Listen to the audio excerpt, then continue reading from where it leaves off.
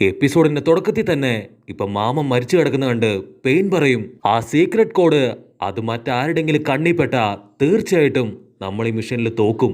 അതാരുടെയും കയ്യിൽ കിട്ടിയിട്ടില്ലെങ്കിൽ നമ്മൾ ഈ മിഷനിൽ ജയിച്ചു. അപ്പൊ ബാക്കിയുള്ള അക്കാഡ്സ്കി മെമ്പേഴ്സ് കൂടെ അവിടേക്ക് വരും. അതിലൊരാൾ പറയും ഞങ്ങൾ എത്രയും പെട്ടെന്ന് ഇപ്പൊ ആ ഒരു നയൻ ടെയിലിനെ അതിനെ പിടിക്കാൻ പോവാണെന്ന് പറയും. അതിന് പെയിൻ എനിക്കും അതിനെ ഒരിക്കലും കാണണമെന്ന് ആഗ്രഹമുണ്ട്.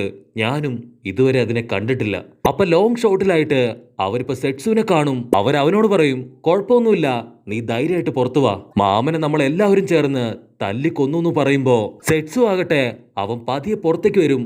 ആക്ച്വലി ഈ സെറ്റ്സു രണ്ടു പേരുണ്ട്, വൈറ്റ് സെറ്റ്സു ആൻഡ് ബ്ലാക്ക് സെറ്റ്സു. അപ്പൊ അതിൽ ഒരുത്തൻ പറയും ഇപ്പൊ ഒരു അടിപൊളി ബാറ്റിൽ നടക്കുന്നുണ്ട്, ഞാനിത് കാണാൻ പോവാണ്. അപ്പൊ അത് കേൾക്കുമ്പോ ഇപ്പൊ അക്കാസ്കി മെമ്പറിൽ ഒരാൾ ചോദിക്കും ബാറ്റിലോ, എന്ത് ബാറ്റില്? സെറ്റ്സു പതിയെ അത് പറയാൻ തുടങ്ങും.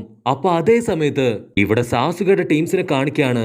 അവരിപ്പോ ഒരു പാറയുടെ അടുത്ത് വന്ന് റെസ്റ്റ് ചെയ്യാണ്. അപ്പൊ സുഗട്സു പറയും ഇത്രയും നേരമായിട്ട് സാസുകയെ കാണാനില്ല, ഒരുപക്ഷെ അവൻ ഒറ്റയ്ക്കിന് അക്കാഡ്സ്കി മെമ്പേഴ്സിന്റെ ഹൈഡൌട്ട് അത് കണ്ടുപിടിച്ചിട്ടുണ്ടാവോ? ആ ഹിറ്റാച്ചി അവിടെ ഉണ്ടെങ്കിൽ സാസുകയുടെ പണി തീരും. ഹിറ്റാച്ചി വളരെ പവർഫുൾ ആണ്. സാസുകയ്ക്ക് അവന്റെ മുൻപില് അത്ര എളുപ്പമൊന്നും പിടിച്ചു നിൽക്കാൻ കഴിയില്ല. കരീനയ്ക്കാണെങ്കിൽ സാസുകയെ കുറച്ച് പറയുന്നത് ഇപ്പൊ തീരെ ഇഷ്ടപ്പെടില്ല.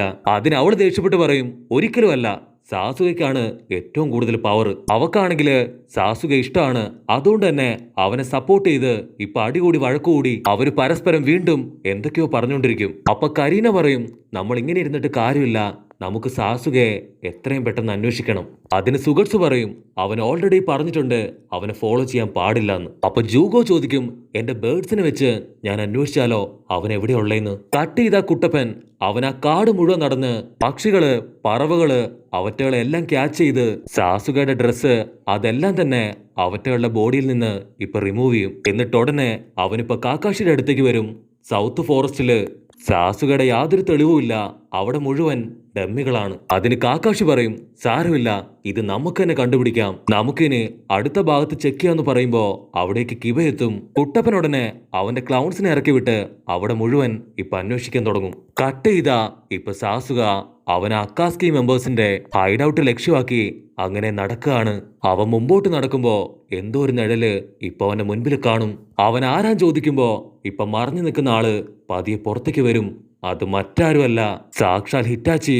അവനെ കണ്ടുടനെ ഇപ്പൊ സാസുക ഷോക്കാവും. ഹിറ്റാച്ചി പറയും നിനക്ക് ജീവൻ വേണമെങ്കിൽ നീ ഇപ്പൊ തന്നെ ഓടി രക്ഷപ്പെട്ടോ, അതല്ല ഞാനുമായിട്ട് ഏറ്റുമുട്ടാനാണ് വന്നതെങ്കിൽ പഴയതുപോലെ പേടിച്ചോടരുത്. സാസുക ഉടനെ അവന്റെ ചിത്തോരി പവർ എടുത്ത് ഇപ്പൊ ഹിറ്റാച്ചി അടിക്കും. പക്ഷെ ഹിറ്റാച്ചി അവൻ സിമ്പിളായിട്ട് സാസുകയെ തട്ടിമാറ്റി അവിടുന്ന് നടന്നു പോവും. സാസുക പറയും ഞാൻ പഴയ സാസുകയല്ല, ഒരുപാട് കഷ്ടപ്പെട്ട് ഒരുപാട് ട്രെയിനിങ് എടുത്ത പുതിയ സാസുകയാണ്. അവൻ ഡ്രസ്സൻ ഗൺ പവർ അത് വീണ്ടും എടുത്ത് ഹിറ്റാച്ചിയുടെ വയറ്റിൽ കുത്തി ഒരുപാട് കത്തികൾ ക്രിയേറ്റ് ചെയ്ത് ഇപ്പൊ ഹിറ്റാച്ചിയെ തകർത്ത് താഴേക്കിടും. അവൻ അനക്കമില്ലാതെ ഇപ്പൊ അങ്ങനെ വീണ് കിടക്കും. സാസുക കരുതും അവന്റെ കഥ കഴിഞ്ഞെന്ന്. പക്ഷെ ഒരു കാക്ക അതിപ്പോ പറന്നു പോവും. അത് ആക്ച്വലി ഹിറ്റാച്ചിയുടെ വെറും ഒരു ഗെഞ്ചിപ്സു ആണ്. ഇപ്പൊ ഹിറ്റാച്ചിയുടെ ഒരു സൗണ്ട് കേൾക്കും. നമ്മൾ മീറ്റ് ചെയ്യേണ്ടത് അതിവിടെ വെച്ചല്ല, ഒച്ചിഹ ക്ലാനിന്റെ ആ ഒരു ഹൈഡൌട്ടിൽ വെച്ചാണ്.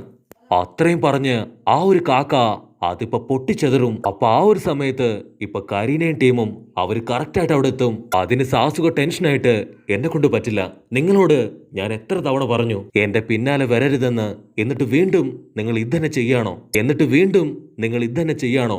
അതിന് സുഗട്സു പറയും കരീന പറഞ്ഞിട്ടാണ് ഞങ്ങൾ ഇവിടേക്ക് വന്നതെന്ന് പറയുമ്പോ സാസുക പറയും കുഴപ്പമില്ല, നിങ്ങൾ എന്നെ ഫോളോ ചെയ്യ്. കട്ട് ചെയ്ത മാതുറ ഉച്ചിഹ അവനിപ്പോ അവന്റെ സ്റ്റാച്യൂടെ മേലെ തന്നെ അങ്ങനെ ഹായ് ആയിട്ടിരിക്കുകയാണ്.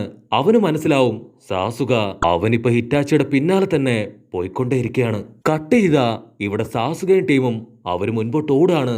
അപ്പൊ കരീന പറയും എന്തോ ഒരു ചക്ര പവർ എനിക്ക് സെൻസ് ചെയ്യാൻ കഴിയുന്നുണ്ട്, ആരോ ഇപ്പോ നമ്മുടെ അടുത്തേക്ക് വരുന്നുണ്ട്. അതിന് സാസുക പറയും കുഴപ്പമില്ല, നിങ്ങൾ പേടിക്കേണ്ട ആവശ്യമില്ല, മുൻപോട്ട് ഓടിക്കോ. അപ്പൊ അത് ആരാണെന്ന് നോക്കിയാ അത് മറ്റാരുമല്ല, കുട്ടപ്പന്റെ ഒരു ക്ലൗണ്. അത് സാസുകയെ വിളിച്ച് അവന്റെ തൊട്ടടുത്തേക്ക് എത്തും. പക്ഷെ സാസുക ആള് ചിത്തോരി പവർ എടുത്ത് ആ ഒരു ക്ലൗണിനെ ഇപ്പൊ തകർത്ത് കളയും. കട്ട് ചെയ്താ ഇപ്പൊ റിയൽ കുട്ടപ്പന് പിടികിട്ടും സാസുക അവൻ എവിടെയുണ്ടെന്ന്.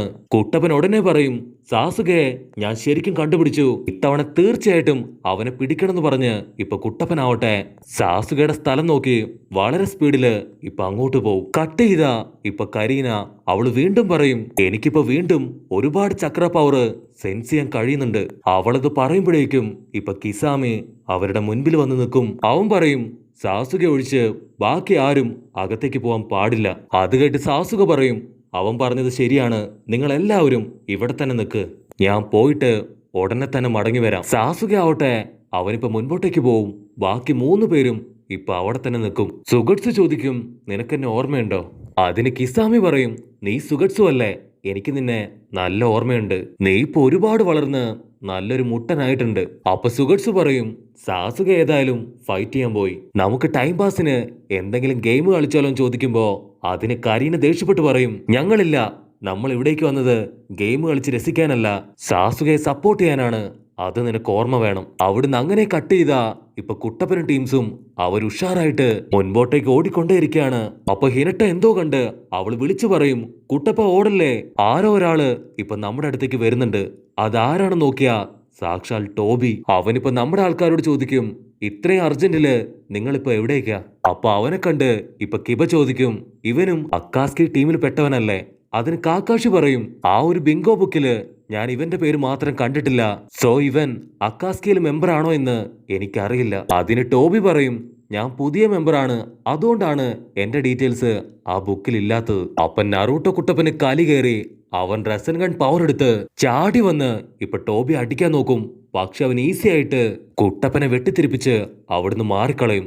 കുട്ടപ്പനാണെങ്കിൽ ഒന്നും മനസ്സിലാവില്ല, ഇതെന്താ നടക്കണേന്ന് പറഞ്ഞ് അവനിപ്പോ വണ്ടറടിക്കും. കട്ട് ചെയ്താ ഇപ്പൊ മറ്റൊരു ഭാഗത്ത് സുഗട്സുവും കിസമയും അവർ രണ്ടുപേരും അവരുടെ ആയുധങ്ങളൊക്കെ വെച്ച് ഇപ്പൊ വമ്പ ഫൈറ്റ്. അവര് പരസ്പരം ഫൈറ്റ് ചെയ്ത് അവരുടെ എക്യുപ്മെന്റ്സിനെ കുറിച്ച് ഇപ്പൊ പുകഴ്ത്തി പറയും. ഇവിടെ കരീനയ്ക്കാണെങ്കില് അത് കണ്ട് ടെൻഷനാവും. അവൾ ജൂഗയോട് പറയും, എനിക്ക് പേടിയാവുന്നു, ഈ ഒരു ഫൈറ്റില് ആർക്കെങ്കിലും എന്തെങ്കിലും സംഭവിക്കും, നീ എങ്ങനെയെങ്കിലും ഈ ഫൈറ്റ് അതൊന്ന് സ്റ്റോപ്പ് ചെയ്യോ? അതിനവൻ കാഷ്വൽ ആയിട്ട് പറയും, കുഴപ്പമൊന്നുമില്ല, അവര് തമാശക്ക് ഫൈറ്റ് ചെയ്യുന്നതാണ്, അവർക്ക് 2 പേർക്കും ഒരു ഇഞ്ചുറി സംഭവിക്കില്ല. ഇവിടെ സീൻ ബ്ലാക്ക് ഔട്ട് ചെയ്താ ഇപ്പൊ ടോബി ആവട്ടെ കുട്ടപ്പനെ അടിച്ച് പഞ്ചറാക്കാണ്. ചോര തുളുമ്പി ഇപ്പൊ കുട്ടപ്പനാവട്ടെ അവൻ താഴെ വീഴും. അത് കണ്ട് ഹിനട്ട ടെൻഷനാവും. അതിന് സാക്കുറ പറയും, അത് കുഴപ്പമില്ല, അവന്റെ പരിക്കുകള് അതവൻ നോക്കിക്കോളും, നീ എനിമീസിനെ അവരെ കറക്റ്റായിട്ട് ഫോക്കസ് ചെയ്യാൻ ഇപ്പൊ അവള് പറയും. കാക്കാഷിക്കാണെങ്കില് ടോബിയുടെ ഫൈറ്റ് കണ്ട് അത്ഭുതാവും. കാരണം അത്രയും പവറുള്ള കുട്ടപ്പനെ പോലും അവൻ സിമ്പിളായിട്ട് ഇപ്പൊ അടിച്ച് തകർത്ത് നിലത്തിട്ടു. ശരിക്കും ഇവൻ ആരാണെന്ന് പറഞ്ഞ് ഇപ്പൊ കാക്കാഷി ആവട്ടെ ചുറ്റും നോക്കും. അപ്പൊ അതേസമയം ഇവിടെ കിസാമിയും സുഗട്സും അവര് ഫൈറ്റ് ചെയ്ത് അതിപ്പോ സീരിയസ് ആവും. അതേസമയം ഇവിടെ ടോബി അവൻ കുട്ടപ്പനോട് ചോദിക്കും, നമുക്ക് കുറച്ച് സമയം കൂടെ ഇതുപോലെ ഫൈറ്റ് ചെയ്ത് കളിക്കാം. അത് കേട്ട് കുട്ടപ്പനാണെങ്കില് ഇപ്പൊ ദേഷ്യം കേറി വരും. എനിക്ക് അവസാനമായിട്ട് സാസുകയെ രക്ഷിക്കാൻ കിട്ടിയ ഒരു ചാൻസ് ആണിത്, പക്ഷെ ഇവൻ കാരണം ഇപ്പൊ അതും മിസ്സാവും. എങ്ങനെയെങ്കിലും ഇവനെ തകർത്തെറിഞ്ഞ് എനിക്ക് സാസുകയെ കണ്ടുപിടിക്കണം. കുട്ടപ്പൻ സാക്കുറയോട് പറയും, നമുക്ക് വേറെ വഴിയില്ല, ഫോർമേഷൻ ജിപ്സു അത് ചെയ്യണമെന്ന് പറയും. അവൾ ഉടനെ ഇപ്പൊ കുട്ടപ്പന്റെ കൈ പിടിച്ച് കറക്കി അവനെ വലിച്ചെറിയും. അത് കണ്ട് ടോബിയും ഇപ്പൊ അവന്റെ പിന്നാലെ തന്നെ പോവും. കുട്ടപ്പൻ കറങ്ങി തിരിഞ്ഞു വന്ന് ഇപ്പൊ ടോബിയുടെ മേലെ റസൻ ഗൺ പവർ ഉപയോഗിച്ച് അവന്റെ തലക്കെട്ട് തന്നെ ആഞ്ഞടിക്കുകയാണ്. പക്ഷെ അത്രയും വലിയ അടി കിട്ടിയിട്ടും ടോബിക്ക് ഒരു കുലുക്കവും ഇല്ലാതെ അവൻ വീണ്ടും ഇപ്പൊ കുട്ടപ്പന്റെ അടുത്തേക്ക് വരും. കുട്ടപ്പനെ അടിച്ചിട്ട് ഇപ്പൊ അവൻ കാക്കാഷിയുടെ മുൻപിൽ വരും. അതിന് കാക്കാഷി വിളിച്ചു പറയും, എല്ലാവരും ഓരോരോ വഴിയിലൂടെ ഇപ്പൊ ചിതറിയോട്, നമ്മുടെ മുൻപില് വേറെ വഴിയില്ല. അപ്പൊ എല്ലാവരും ഇപ്പൊ അറഞ്ചം പുറഞ്ചം അങ്ങോട്ടും ഇങ്ങോട്ടും ഓടുമ്പോ ടോബി ആവട്ടെ അവന്റെ കയ്യിൽ കിട്ടിയ കമ്പ് വെച്ച് ഓരോരുത്തരായിട്ട് അവനിപ്പോ എറിഞ്ഞു വീഴ്ത്തും. കാക്കാഷിക്ക് മനസ്സിലാവും, ഇവനെ തല്ലിക്കൊല്ലാതെ ഇവർക്ക് ഇവിടുന്ന് പോവാൻ കഴിയില്ല എന്ന്. കാക്കാഷി എന്തെങ്കിലും വഴിയുണ്ടോന്ന് ഇപ്പൊ യാമുട്ടയോട് ചോദിക്കും. അവിടുന്ന് അങ്ങനെ കട്ട് ചെയ്താ ഇപ്പൊ സാസുക അവൻ ഹിറ്റാച്ചിയുടെ അടുത്തേക്ക് നടന്നടുത്തോണ്ടിരിക്കുകയാണ്. അവിടെ വെച്ച് ഈ ഒരു എപ്പിസോഡും അവസാനിക്കുന്നു.